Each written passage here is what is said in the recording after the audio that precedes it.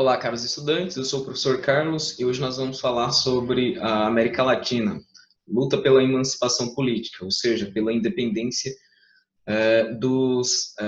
das colônias espanholas aqui dentro do continente americano.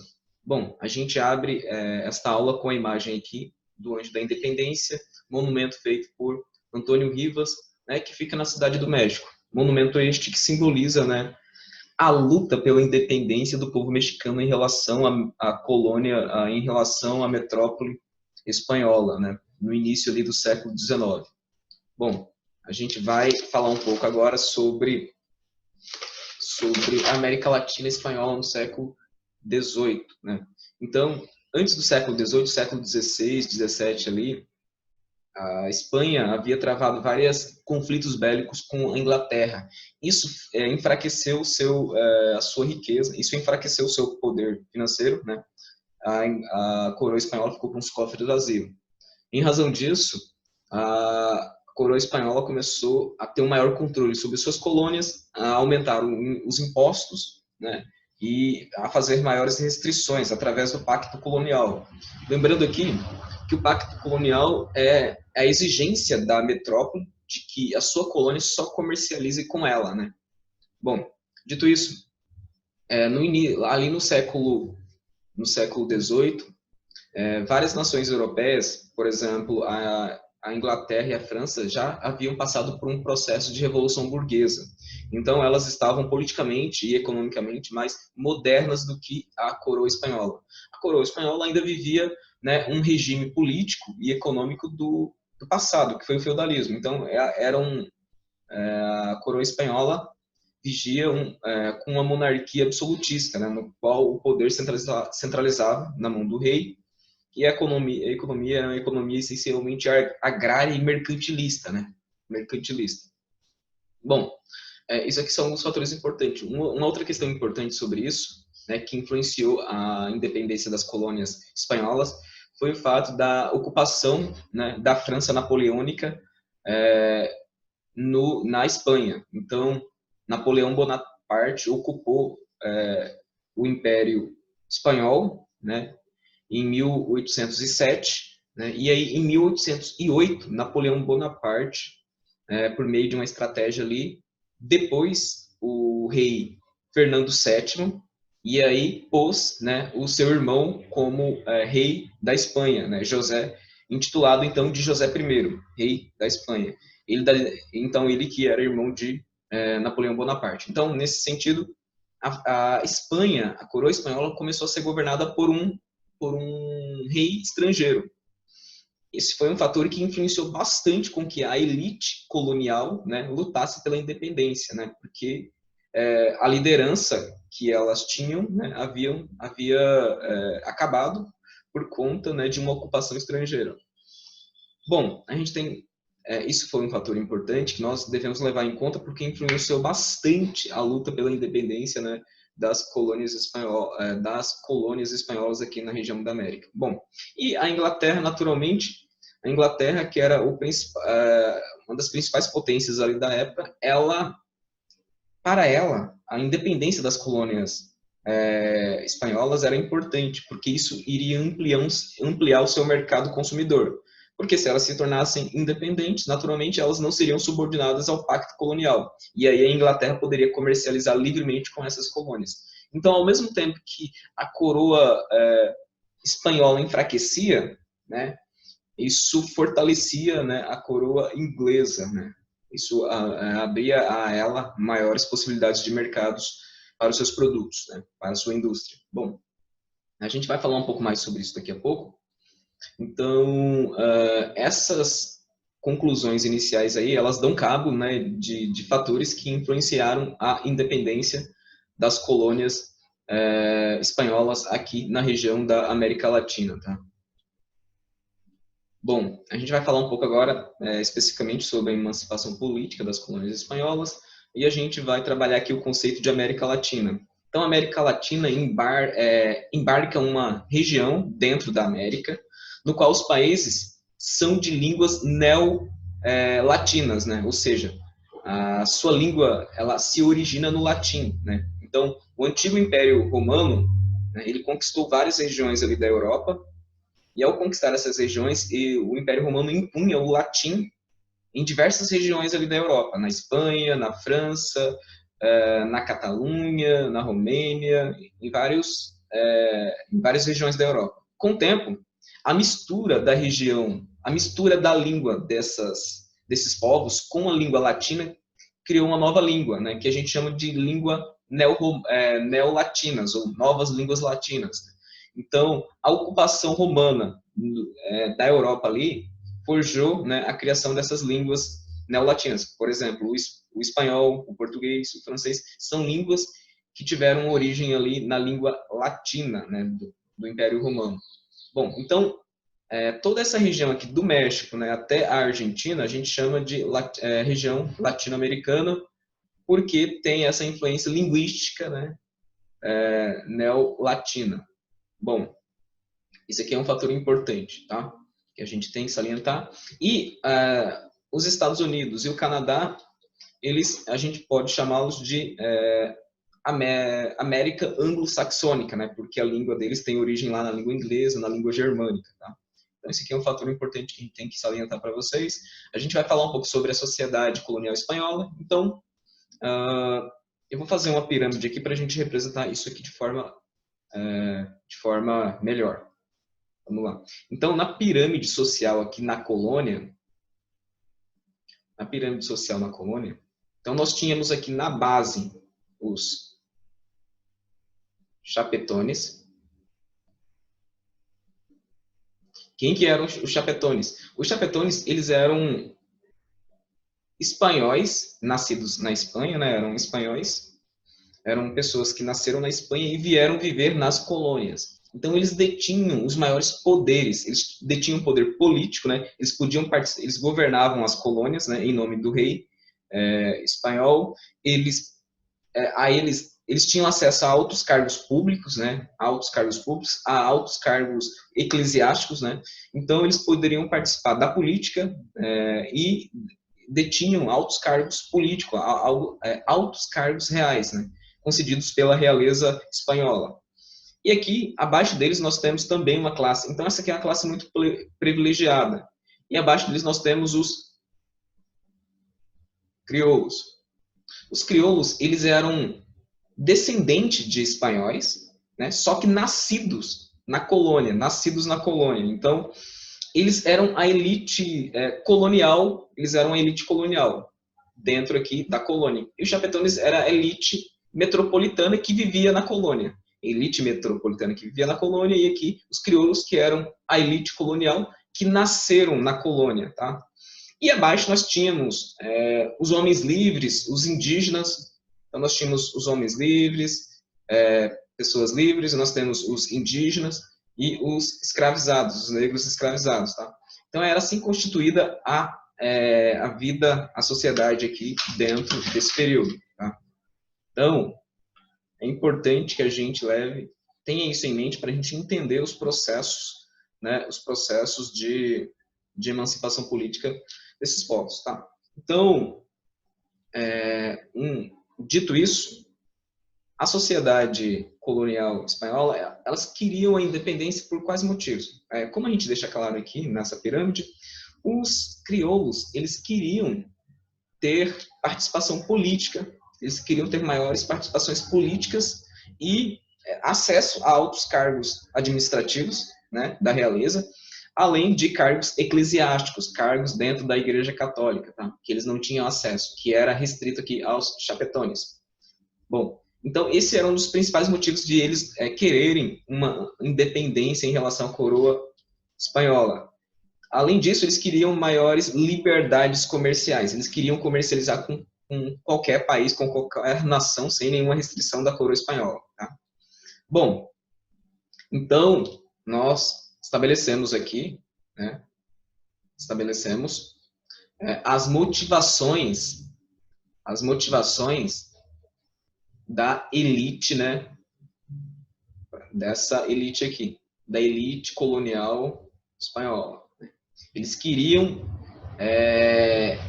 se tornar independentes, né, para enfraquecer, né, os chapetones e eles se tornar, né, se tornarem aqui a principal classe dominante dentro da colônia. Se o país se tornasse independente, eles expulsariam os chapetones e seriam a base, seriam dominantes em todos os sentidos aqui dentro da colônia. Agora, essa galera aqui, a classe mais marginalizada, né, a classe mais pobre, qual que era o objetivo deles em relação à independência? Bom, os homens livres, os indígenas, o interesse deles na independência era no sentido de ter acesso a terras para poder plantar, sobreviver e se alimentar. Né? Então, para os homens livres e os indígenas, no geral, a luta pela independência significava acesso a terras, né? Que a eles eram proibidos, né, pelos crioulos e pelos chapetones. Então, e os negros escravizados, para eles, a luta pela independência significava a abolição da escravidão, ou seja, liberdade.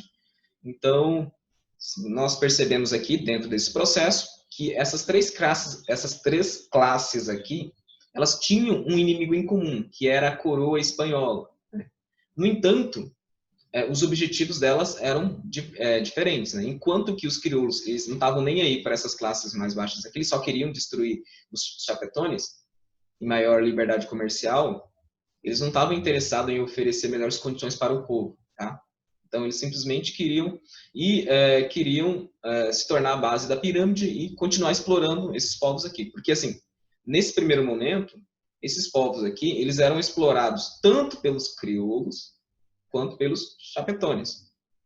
E aí, com a independência, os crioulos, eles continuarão a explorar aqui. Então, as classes mais baixas aqui deixarão de ser exploradas pelos chapetones, porque eles são obrigados a sair da colônia, e os crioulos, né, a elite colonial, vai continuar explorando essas classes aqui, tá? Então, não houve nenhuma intenção assim humanística em relação à independência, no sentido, né, de tornar a nação independente, um país mais justo, com maior liberdade, maior condições sociais para todos os povos. Isso aqui é um fator importante que nós temos que levar em conta.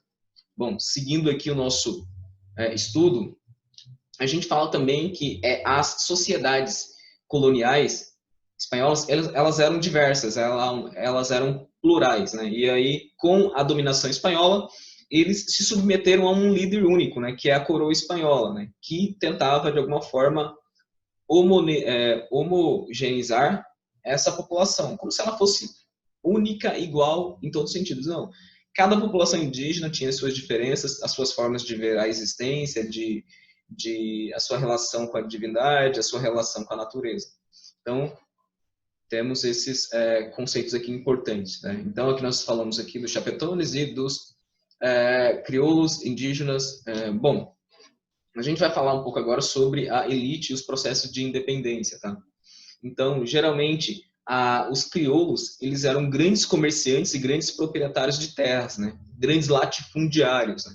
Então, eles eram donos de grandes haciendas, né? Fazendas e tal. Então, isso aqui é um fator importante. Bom, e aí, dito essas informações, pessoal, a gente vai agora falar um pouco sobre esses processos de independência. Eu já falei anteriormente as motivações de cada classe social em relação à independência, tá? Bom, a gente vai falar um pouco agora especificamente sobre a independência do México, ou melhor, do Peru e posteriormente do México, tá? Então a gente vai falar um pouco mais sobre esses dois povos aqui importantes, tá? Bom, no México, a origem do sentimento de independência se deu com dois padres, né? O padre Miguel Hidalgo e José Morelos, esses dois padres, né? Em 1810, temos aqui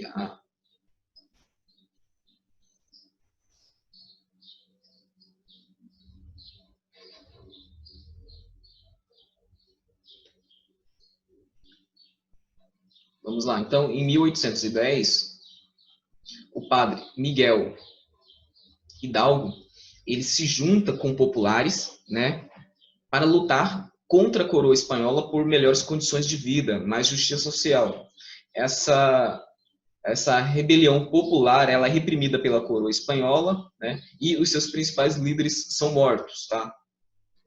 Então, mas o sentimento de luta pela independência fica, né? Então, esse movimento não foi em vão. Então, e aí, em 1813, um outro padre, o padre José Morelos, ele também promove uma rebelião contra as injustiças que a coroa espanhola promovia contra os populares, contra os indígenas, contra os negros. Então, e essa rebelião também não teve sucesso, teve o mesmo resultado da rebelião do Miguel Hidalgo. Então, todos os seus líderes foram mortos pela coroa espanhola. Tá? E aí, só que o sentimento de revolução, de rebelião, estava muito forte na população. E aí, os crioulos, que era a elite colonial, né? A elite colonial espanhola, eles temendo que houvesse uma revolução popular e que essa revolução pudesse colocar em xeque os seus privilégios, né, de terem posse de terra, de altos cargos e tal, temendo isso, eles aí se separaram da coroa metropolitana espanhola. Então, os crioulos, eles declararam a independência lá em 1821, aqui na região 1821, né? E aqui nós estamos falando da região do México, que era o vice-reino da Nova Espanha, tá? Então, o vice-reino da Nova Espanha, que posteriormente se tornou México, se tornou independente em 1821, em decorrência, né, do medo de que a população fizesse uma revolução de independência e tirasse deles assim os privilégios que eles detinham, né, que era acesso à riqueza. Eles não queriam que, temendo que uma revolução popular ocorresse e tornasse o país mais igualitário, com mais justiça social, aí eles fizeram esse processo aí de revolução, meio que uma revolução, mudou o status mudou o status da região, mas não mudou a estrutura social. A exploração continuou desses povos, tá? Então, a gente vai falar um pouco agora sobre a região do Peru, que engloba ali, que engloba que engloba a região ali do vice-reinado, vamos lá, vou colocar aqui, vice-reinado, né, de vice-reinado de Nova Granada, tá? Então, vice-reinado de Nova Granada, que englobava lá a Bolívia, Peru, entre outros nações que foram constituídas após a independência. Então, nesse sentido aqui, nós temos a figura importante, né, de Tupac Amaru II, né? Ele é um possível descendente do último imperador inca, do Tupac Amaru I. Então, ele se juntou com os indígenas, ele reuniu cerca de 60 mil indígenas contra a coroa espanhola, contra as injustiças que a coroa espanhola cometia com esses povos, tá? E aí, só que essa rebelião, ela não teve sucesso, ela foi duramente reprimida pela coroa espanhola. Tupac Amaru foi morto juntamente com toda a sua família, sua mulher Micaela, seus filhos, todos eles foram mortos violentamente pela coroa espanhola. Tá? Mas, mais uma vez, o sentimento de independência ficou, né? O movimento foi, a princípio, derrotado, só que ficou na mente da população indígena e da população em geral a necessidade de se fazer uma independência, uma revolução. Tá? Então, o Peru também ele conquistou a emancipação lá em 1821, né, como consta aqui na apostila. E aí,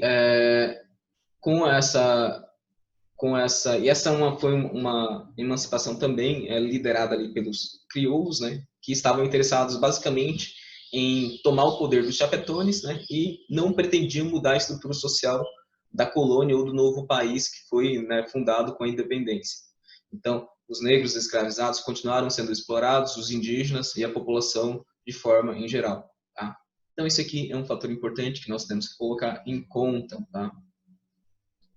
Bom, um fator que a gente deve mencionar também é que a sociedade colonial, que eu deveria ter falado anteriormente, eu esqueci. Bom, a sociedade colonial, com o tempo, ela foi aumentando, crescendo e se desenvolvendo. tanto no número aumentou o número de pessoas, aumentou o desenvolvimento econômico. Com esse aumento do desenvolvimento econômico, criou-se uma elite colonial. Essa elite colonial, ela começava a se distanciar dos interesses metropolitanos, tá?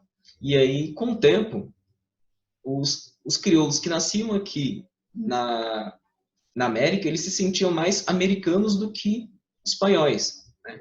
E aí essa divergência aí também foi um fator que contribuiu para que houvesse a luta pela independência dessas colônias, tá? Um fator importante que eu coloquei lá que foi a ocupação do Império Espanhol pela França, que eu já mencionei. Bom, um outro fator que eu quero colocar aqui, importante, que eu considero que 3 elementos foram importantes para a independência desses países, né, dessas colônias. O primeiro elemento foi o elemento ideológico teórico, né, que foi a influência do iluminismo.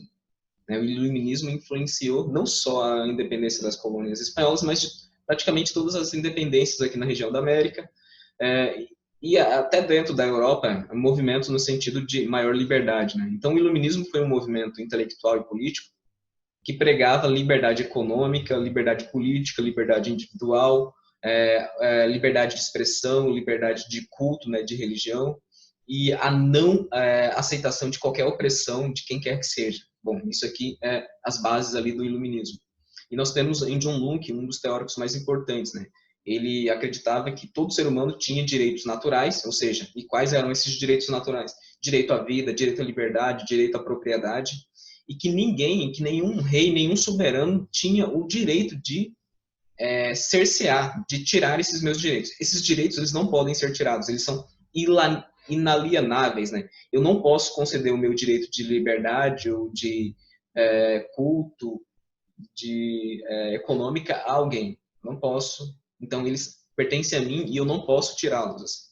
E assim, segundo John Locke, ele estabelece que as pessoas, elas cedem um pouco de sua liberdade para serem gerenciadas, governadas por um soberano, desde que esse soberano promova cada vez mais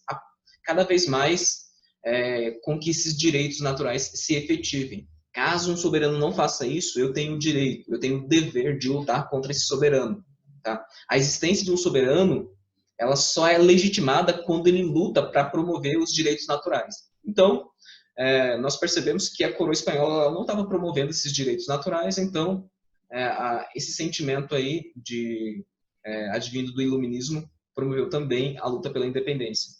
O segundo e o terceiro elemento são elementos práticos concretos, né? Por exemplo, a independência dos Estados Unidos em 1776 foi um episódio, foi um elemento prático, porque as ideias iluministas tiveram sucesso, né, na independência dos Estados Unidos. Então, nós temos esse elemento prático aqui, e também com relação à Revolução Francesa, né? Um outro movimento influenciado pelo iluminismo que teve resultado prático. Então, se eles tiveram, nós também podemos. Assim que a América colonial espanhola pensava. Bom, dito isso, a gente vai falar um pouco agora aqui sobre os principais personagens desse processo de independência, tá? Então, aqui nós temos os principais líderes do processo de emancipação da América Espanhola, tá? Então, a gente vai falar aqui dos Libertadores da América, tá? Lembrando aqui que a Copa Libertadores da América, ela faz referência à libertação política da América em relação às coroas, né? Espanhola, portuguesa, francesa, etc. Então, a Copa Libertadores da América, é uma referência, faz referência, né, a essa luta pela independência que nós tivemos em relação, né, às coroas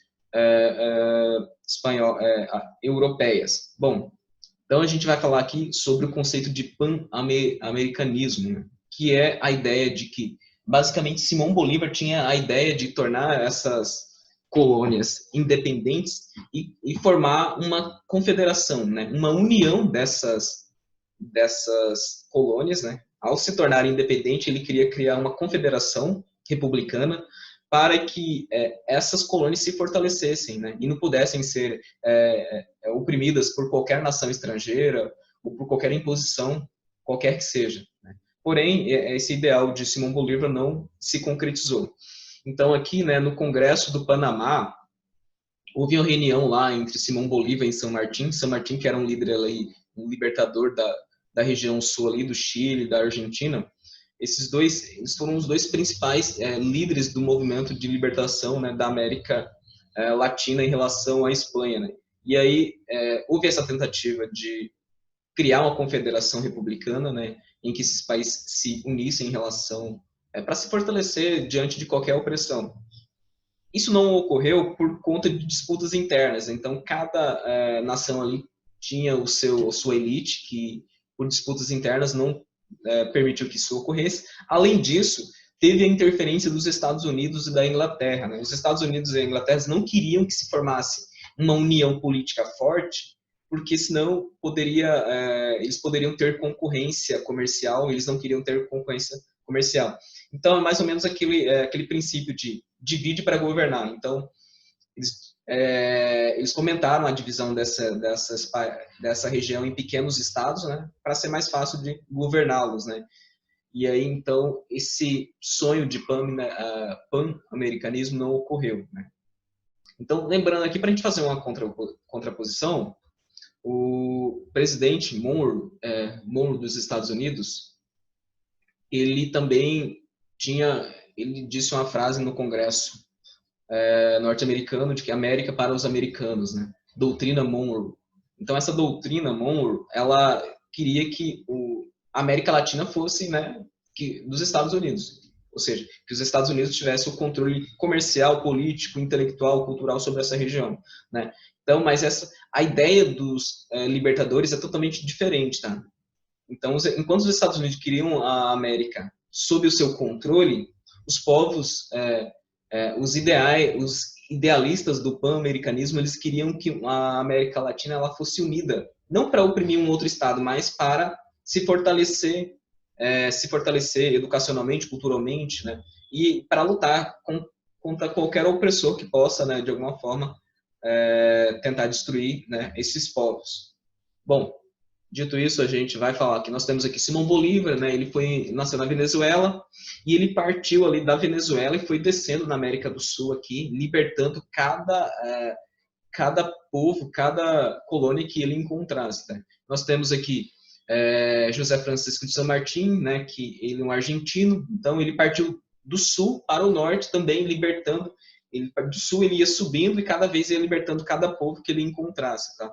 E aqui nós temos José Martí, que é um importante intelectual, poeta, jornalista, né, de Cuba, que lutou pela independência de Cuba em relação à metrópole espanhola e, posteriormente, em relação aos Estados Unidos. Tá? E aí você vai ler as ideias desses teóricos e lutadores, libertadores das colônias aqui em relação à metrópole espanhola. Bom, a gente vai falar um pouco agora sobre o resultado, né, da independência. Então, conquistada a independência, houve várias brigas internas ali, né, das elites locais sobre quem deveria promover a administração dos países recém-criados. Tá? Isso forjou o nascimento de um personagem chamado Caudillo. Né? Caudillo era um membro da elite que conquistava o poder, né, através do carisma, através do militarismo, né, e através do controle da mídia e tal, de outros fatores. Então, a gente denomina Caudillo um personagem político, popular, carismático, extremamente autoritário e opressivo, que consegue conquistar o poder político por meio, né, da imposição militar. Tá? Então, geralmente, esses caudilhos, eles brigavam entre... Então, cada nação que nascia, ela era dividida em províncias. Cada província tinha o seu representante, né? Esses representantes, eles brigavam para tentar saber quem teria maiores poderes. Geralmente, a província mais importante elegia o presidente, né? O representante do país. Então, o detentor do poder dentro da província, geralmente ele conseguia o poder central, né? O poder do país. Bom, a gente vai falar um pouco agora sobre a emancipação política do Haiti, fator extremamente importante e peculiar que ocorreu aqui no continente americano. Foi o segundo país da América a conquistar a independência, o primeiro foi os Estados Unidos e depois o Haiti, em 1804. Bom, a gente vai falar resumidamente sobre esse assunto. Então, o Haiti a região do Haiti fica ali na região conhecida como, nessa ilha aqui, arquipélago chamado Ilha Hispaniola, né? E ele foi dividido aqui em São Domingos, né, que pertencia à França, e Santo Domingo, que pertencia à Espanha, tá? Então, a colônia aqui de São Domingo, ela pertencia, né, diferentemente do que nós estudamos anteriormente, as colônias espanholas, essa colônia aqui pertencia à França, né? Bom, e aí nós temos aqui essa ilha caribenha, então essa parte aqui oriental pertence à Espanha, a parte ocidental à França, tá? A França. Então a gente vai falar um pouco mais sobre esse assunto. Então esse processo de independência ele decorreu lá, ele se iniciou em 1791, quando François-Dominique Toussaint Louverture ele liderou populares, ex-escravizados populares contra a elite colonial francesa. Um ano depois, em 1793, ele já controlava um terço, né, da região ali de São Domingo. Tá? Então, teve esses fatores importantes aí. Tá? Em 1700, bom, um outro fator importante que nós temos que falar sobre esse assunto é a decisão da França revolucionária, através de Maximilien Robespierre, de quando Maximilien ele toma o poder dentro da Revolução Francesa ali, ele decreta o fim da abolição, ele decreta, né, a abolição da escravatura em todas as colônias francesas. Essa atitude ela é recebida, essa atitude que foi feita em 1793, ela é recebida pelos revoltosos, pelo povo de São Domingos, né, com euforia, com felicidade. Porém, em 1799, Napoleão ele tomou o poder ali como cônsul na França revolucionária. E aí ele revoga em 1802 ele revoga, né, a abolição, o fim da escravidão nas colônias francesas. E aí, com isso, esses revoltosos eles são presos, né, e o líder desse movimento, François Louverture, ele é preso e levado à França, e lá ele morre em 1803, né? 1803. Lembrando aqui que em 1792, né, que foi o ano em que esses revoltosos, né, liderados por Louverture, eles detinham um terço, né, do território ali de São Domingo. Bom, dito isso, a gente, com a morte de François-Dominique Toussaint Louverture, entra em cena aqui Jean-Jacques Dessalines, né? Ele se torna o líder, né, desse movimento de independência, e aí ele reúne populares escravizados e consegue derrotar e consegue conquistar a emancipação política do Haiti em 1804, né? A importância, então, em 1804, né, o Haiti, né, São Domingo, né, consegue a independência em relação à França. E aí, quando eles conseguem a independência, eles dão um nome para aquela região de Haiti, né, que era como era chamada a região pelos indígenas. Né? Então, isso aqui foi um fator importante.